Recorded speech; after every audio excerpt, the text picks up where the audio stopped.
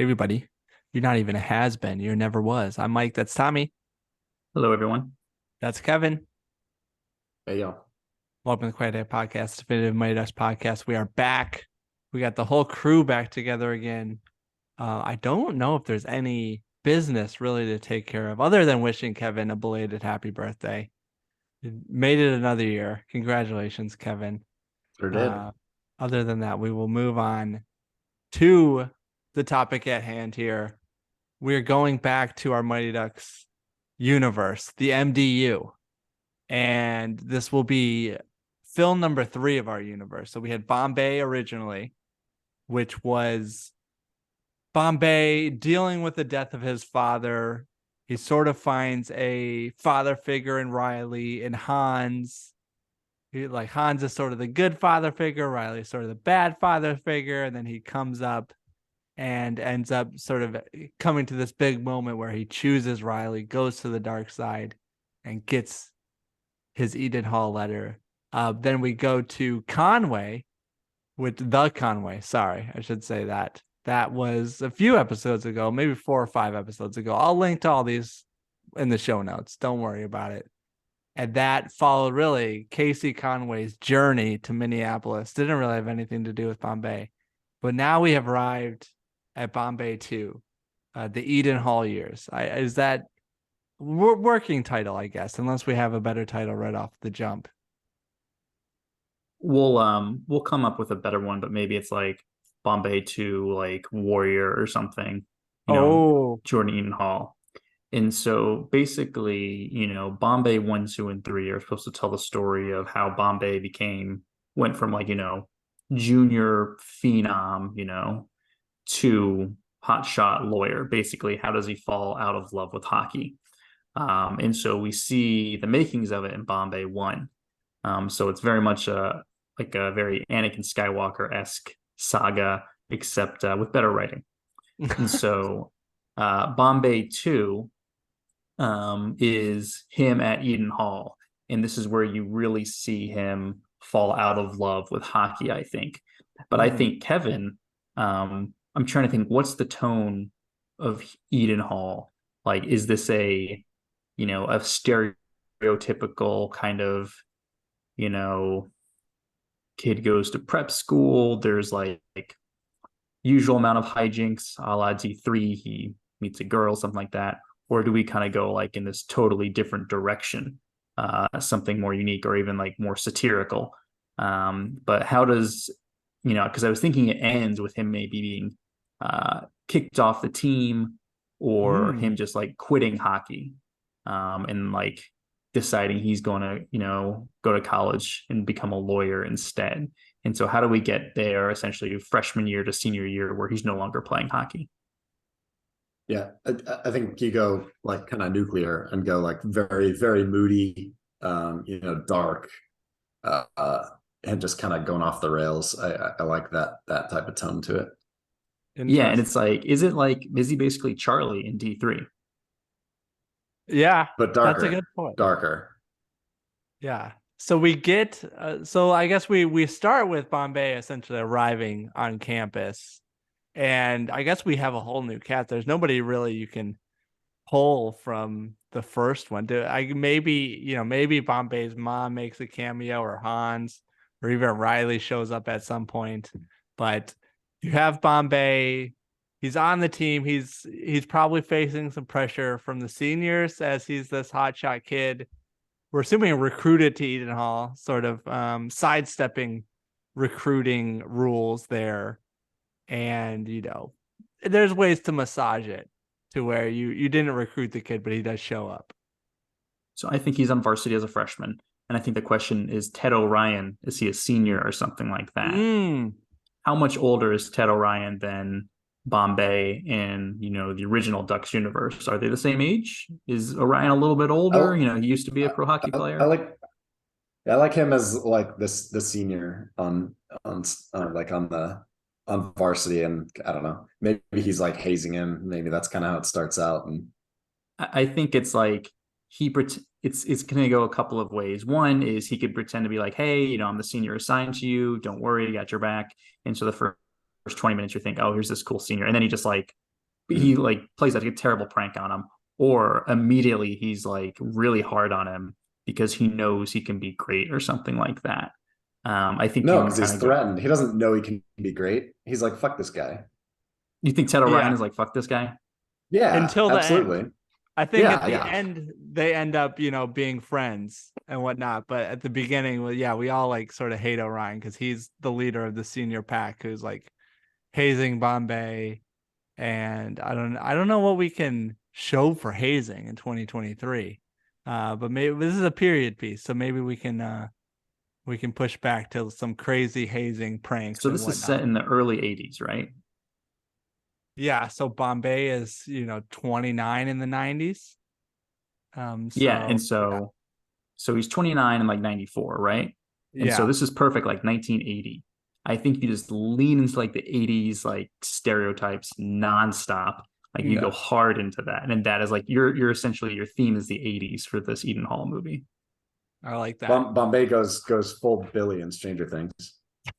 I was just gonna say it worked for Stranger Things. We could do it here too. So okay, so Bombay shows up on campus. He's this hotshot kid. He's got these seniors to deal with. And then does he see success in the games right away, or is there a struggle to transition? How do we push him along here? Okay, so I think basically the Eden Hall movie is just like a glorious love letter to the kind of 80s, Karate Kid, fish out of water kind of thing, where it's like, hey, you don't belong here kind of thing, but just so over the top. And like Orion's leading that, and it's just like every 80s stereotype you can get. It's like that don't even make sense. And there's like a million pop culture references. So essentially, Stranger Things just like without holding back whatsoever. And Stranger Things doesn't really hold back that much. Mhm. And so I think he gets it right away and is just kicking ass. And basically, Orion essentially has to, knock him down a few pegs. Go ahead, Kevin. I was just gonna say, like, yeah, he's kicking ass, but he's also like not playing like within the system. Like, Mm. you know what I mean? So like he's having the same issues that Charlie's having in D3, where he's not playing defense and stuff like that. Like I think there's a very easy parallel there, and it leads to a lot of the strife. I And I like it. think what happens is like Orion and like the varsity guys are like, "Oh, what's the matter? Your daddy's dead." And like it gets real dramatic. And he's like, "I don't give a fuck." Yeah. And he goes like, "I don't give a fuck." It's like he like uses he that doesn't bother him like whatsoever. And like again, kind of just like bucking the stereotype. He's like, "I don't care, like whatever. I'm better than you all." And then he goes And and kills all of their fathers. that's for Duck Hunter 6. Don't give that away. Yeah. But yeah, Okay. and so essentially the question is Eden Hall, like this movie, do we follow Bombay from like freshman year to senior year? Because I think that could be fun in the span of a movie. And then just Mm. like each year you give him a very different stereotypical 80s haircut and you get like an Yeah. obsession. Like 1980, he like loves Star Wars. Like 81, he like is like, oh, he's got like Van Halen. Like 82, he's like, oh, now I'm, in love with Wham, that kind of shit. I think you could have a lot of fun with that. Like make each year just like he's like the stereotypical kid who's like just changes his interest of who he is. Maybe junior year he's like, he goes super not goth, but he's like real into Metallica or something like that. So that's when he's his rebel phase. I like that. I like that. So we start Bombay with the freshman. He's got Orion and the seniors on him. He's kicking ass. And that does he make up with Orion at the end of his freshman year, or does Orion come back at some sense to like hash it out? I How do guess we? Orion could be like a junior or something like and Oh so you at yeah, least have him give him for an two extra Yeah. year. successive years. Yeah. Yeah, Yeah. and then basically when Bombay becomes a junior and he's like Mr. Rebel, Orion comes back and he's like clean cut. He's like, yeah, I'm playing and I'm getting ready to be drafted or whatever. And that's when Orion's like, hey, I was a shithead to you. You're acting like a shithead now. You need to figure out what you really want to do. Mm. So then it kind of is like, so what happens then? How does Bombay stop playing hockey? Does he get kicked off the team? Does he chase a girl to college or something like that? I think that's again kind of what we're not able to find out is, and again, at the end of Duck Hunter Bombay 1, it's he chooses Reilly as his father figure, and that sets him on this course. And so maybe the entire time of like Eden Hall, he continues to try to impress Reilly, and then by the end of it, Reilly's like I got my own kids, like stop trying to be my son or whatever. And he's like, well, fuck you then. I'm not going to play hockey anymore. That's good. Trying to get back at him because Reilly's like, you're going to be the best that I've ever made, kind of thing. Yeah. This so Orion's a junior. Senior year, he's clean cut. He's getting drafted. Scouts are coming to watch him. They notice this Bombay kid. He's going to be a phenom. So next 2 years, junior, senior year, all the pressure's on Bombay. Reilly's on Bombay. Like, you're going to make it, kid. And then, there's got to be some moment or point where like the pressure gets up to him and he doesn't perform well. And then Reilly's pissed about it or something like that, where it all falls apart. So here's what happens is basically in The Breakfast Club, Emilio Espos's character is like this hotshot wrestler, and he details how he got into detention. He like taped his teammates' butt cheeks together. And so then they don't show that scene. We show it in Eden Hall, and that's how he essentially gets suspended. And then, he's like, "Are you proud of me now? Coach Reilly, or whatever."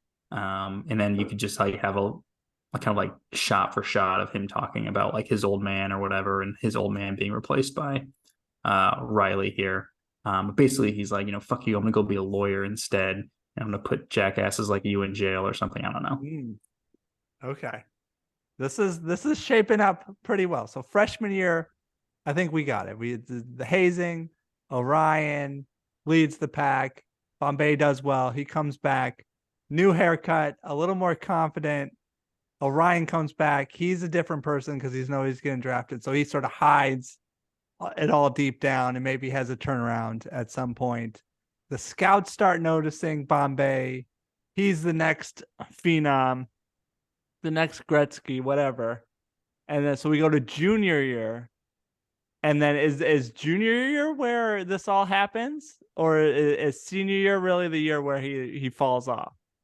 Junior year, he's like the rebel, and his captaincy is stripped, and like Reilly is like, you're fucking everything up for me, basically, because Reilly sees Bombay as his meal ticket to like get out of the Pee Wee circuit, and be like, he wants to be a scout or something. Like, look, I found Gordon Bombay, because you actually do have that. You have like all kinds of like little league coaches, AAU, that kind of thing, position coaches essentially are vying for being like, I was the one who discovered this kid, and give me the attention, and give me your money and your accolades. And so that's what, basically between junior and senior year, Bombay is like, I don't want to have that anymore. And maybe like, again, the stereotype. So Bombay is this like cool rebel, listens to metal, and he, falls in love with this like bookish young woman who wants to like she's on like the, not debate. Is there like some kind of, I know there's debate teams. And so Bombay gets involved with that, and he finds out he loves arguing. And so he becomes really involved with that senior year. And Reilly's like, you need to stop doing this. Like, stop thinking with your dick or whatever. And he's like, hey, I'm using my head for the first time, and he quits hockey, and he like says, I'm going to Minnesota and I'm going to be a lawyer or whatever. I like this. I think too, you can go ahead. You can sprinkle an injury in there somewhere as well, like somebody like pushing him to play too hard or like play on an injury. Yeah, it's got to be his knee, right? Down the injury path. Yeah. It's got to be his knee. There's the Islander scout at the game or something, and Reilly is like, hey, you got to play, you got to do it. This is our ticket out or whatever. Yeah. Then he injures his knee, and then that could be the start of like the descent, really, of him really being the rebel. That's when he gets all moody, tapes his teammates' butt cheeks together. All that kind of stuff. And he uses the tape that he was supposed to use on his knee. Oh, there you go. Okay, so now we have this strife, and Reilly's pushing him. He has sort of lost favor with his coach, his teammates, everything. So we go to senior year now. Is he even on the team? Does he play hockey? What is the senior year? Junior year, he's like kicked off the team. Okay. And senior year, he's like just doing debate stuff. Oh, But the interesting. entire time they're trying to get him back on the team, like, we need you for states, whatever. And he eventually essentially goes back on the team and like stands up his like new nerdy debate friends. But shows up at the final debate tournament and does like his rebuttal like in his hockey gear or something like that. Okay. Like Oz and American Pie. Yeah, I guess. I like that. I like him standing up his debate team friends and them all trying to come back. Does Reilly play a factor in his senior year at all? Or is he sort of just like, you're not my son anymore or whatever? This is where he really hits him in the heart. I think maybe Bombay like uncovers some dirt on him Oh. and like kind of lawyers him, being like, we're gonna go our Mm. separate ways. Next time you see me, pretend you don't recognize me or whatever. I like it.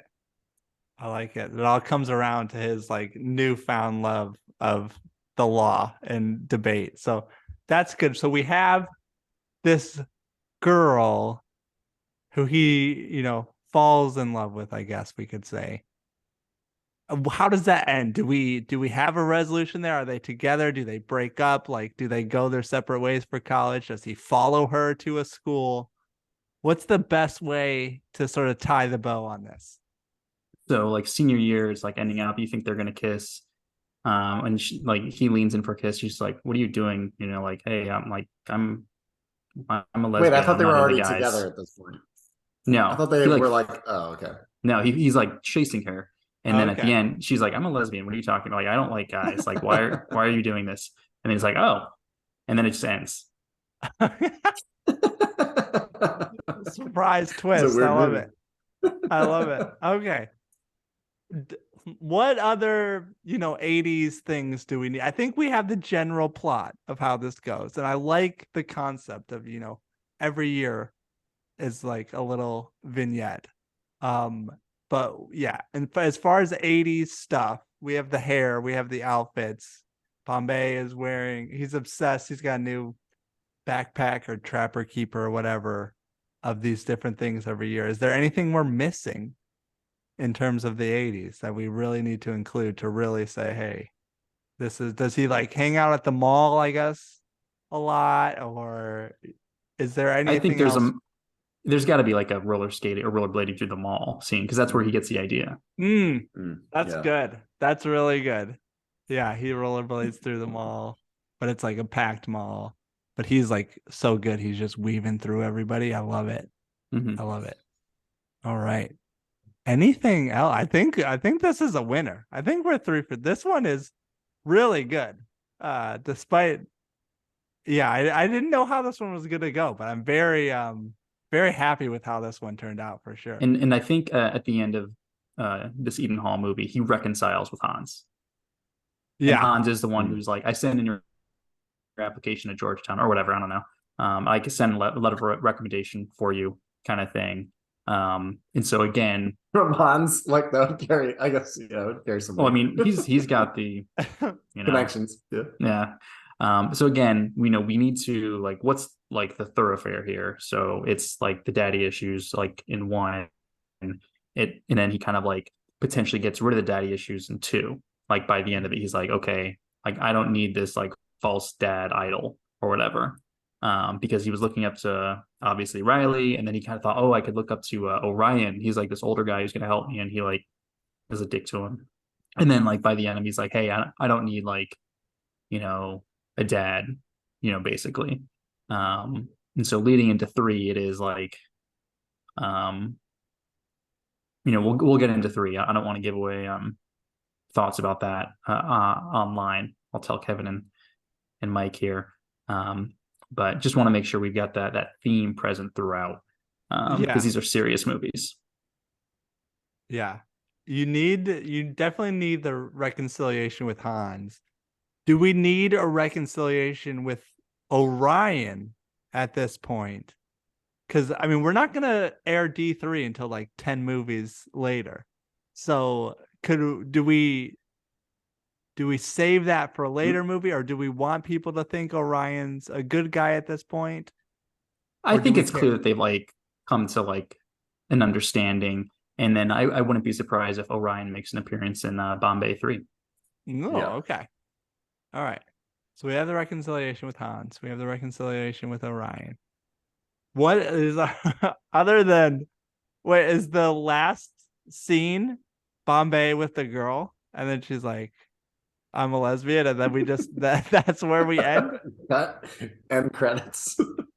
Pretty much. It's like on there, Okay. like they're like getting ready to drive off to college forever. Or so she says that, like whatever, while they're in the car. He's like, what? And then you have credits, and then your end credits scene is this them just sitting silently driving to college. I like it. Okay. It's a 4.5 hour end credit scene of just no talking, them just looking straight ahead. I okay, so it basically ends with Bombay going to college is how we're ending it. However you want to do it. I do like this with the girl, just a little bit of comedy right at the end there in a very, up and down movie.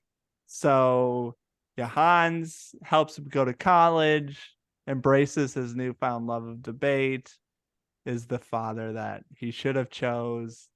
Reilly is on the outs, but maybe comes back for a Bombay 3. Who knows? Orion is good. Who knows if we'll see him again before D3. This girl, is this a one? Does she go to a different college, or is she like a recurring character? Is she like, or is she somebody we already know? She's not someone we already know. I think we Okay. see her in Bombay 3 because she also wants to be a lawyer. And Okay. I imagine part of Bombay 3 is going to deal with some like gender struggles about like male lawyer, female lawyer kind of thing, and how he's like getting kind of opportunities when she's not, and he keeps going to her for help or something like that. Okay. Makes sense. Makes sense. So we have that. I think we have it wrapped up here. We couldn't really do this with Bombay 1 because it was like a little kid, right? But who's playing like teenage Bombay? And is it the same actor for like Bombay 2 and Bombay 3? So you need to get like a 23-year-old to play a high schooler, basically. Yeah. Or the other option is you get 60-year-old Emilio Estevez to play a teenage self and just ham it up the entire time as like a teenager and him like overacting in every single scene. And I think that would be a lot of fun, even though obviously Emilio may not be. Fit. I don't think that would fit the tenor of the movie either. But it's supposed to be fun. Yeah, I mean, we could do some like CGI stuff like they did like Guardians of the Galaxy with our guy Aaron Schwartz. He was like the facial model for young Kurt Russell, and then they like put his face on Kurt Russell's face and all that kind of stuff. Like it was I think you do that we can again as definitely do it. you put Aaron Schwartz's body in this and then Kurt Russell's face on him as a young Bombay. There you go. There you go. Okay. Aaron Schwartz could probably play. I don't know, he's maybe 40 now, but he could probably play a teenager. I do think you could 15-year-old. He might be able to mine the well of Stranger Things too. Yeah, I was thinking that. But I don't know, it's tough to we're gonna have to commit to this person for for at least another movie and maybe more. So I really have to think about it and see who's a big up and comer. Good question. I don't see movies anymore. Yeah. What's that like? What's that one that looks really young? Timothy Chalamet. Yeah. Oh yeah. I was thinking, Tom Holland. He plays a high schooler already. I don't know how old he actually is, but Molly could do it. Yeah. I don't know if we have that budget though. good. He's Spider-Man. Like, do we have Spider-Man level budget for this? I guess with post Spider-Man budget for Tom Holland. It's the MDU. It's like MCU then MDU. That's true. Like, we're 3 movies in now. So if our first 2 are smashes, we probably have a bigger budget on this one, especially because it's a sequel to Bombay, and Bombay was our first smash. So that's a good point. I think we can go bigger on this one. Like we obviously casted the Conway movie. I'll put a link in the show note to that one as well. So, well, why don't we open it up And then next episode, we'll just say, like, here are some of the suggestions for who's going to play the young Bombay for us, and Bombay 2 and 3. And Bombay 2, of course, is like the high school years. Bombay 3, I'm picturing, is in law school. And so it's not undergrad. So he's like mid-20s. Yeah. Well, I was, does Bombay 3 have to run up into like the beginning of D1? Like, do we need to take him all the way there? Does it end with a DUI, basically? Or does it end? Yeah. Does it end with him being an established, hotshot lawyer? I think this is how he becomes the hotshot lawyer. Okay. Okay. And so maybe like at some point he buys that car that he has with like the Just Win license plate. Oh, that's good. That's good. All right. We can talk about Bombay 3 on a different day. As we mentioned, give us your casting decisions for a young Gordon Bombay, high schooler into college Gordon Bombay. And for us, thequackadick.com, go there, contact us at QuackTechPod on Twitter, Facebook.com/QuackTechPod. Go to iTunes, Spotify, wherever you listen. Give us 5 stars. Write a review. It helps us up the charts, allegedly. And also, hey, give us some quack questions. I was looking through, and we have some okay ones, but we're running low on the quack questions. So send in more if you got them, and we will be happy to take them on. We answered 3 of them in the last episode. I was trying to maybe sneak a quick one in, but I couldn't find a good one. So there you go. And thanks to our producers. I believe Aaron's still the most recent producer, executive producer. And remember, ducks fly together. Ducks fly together. Quack, quack.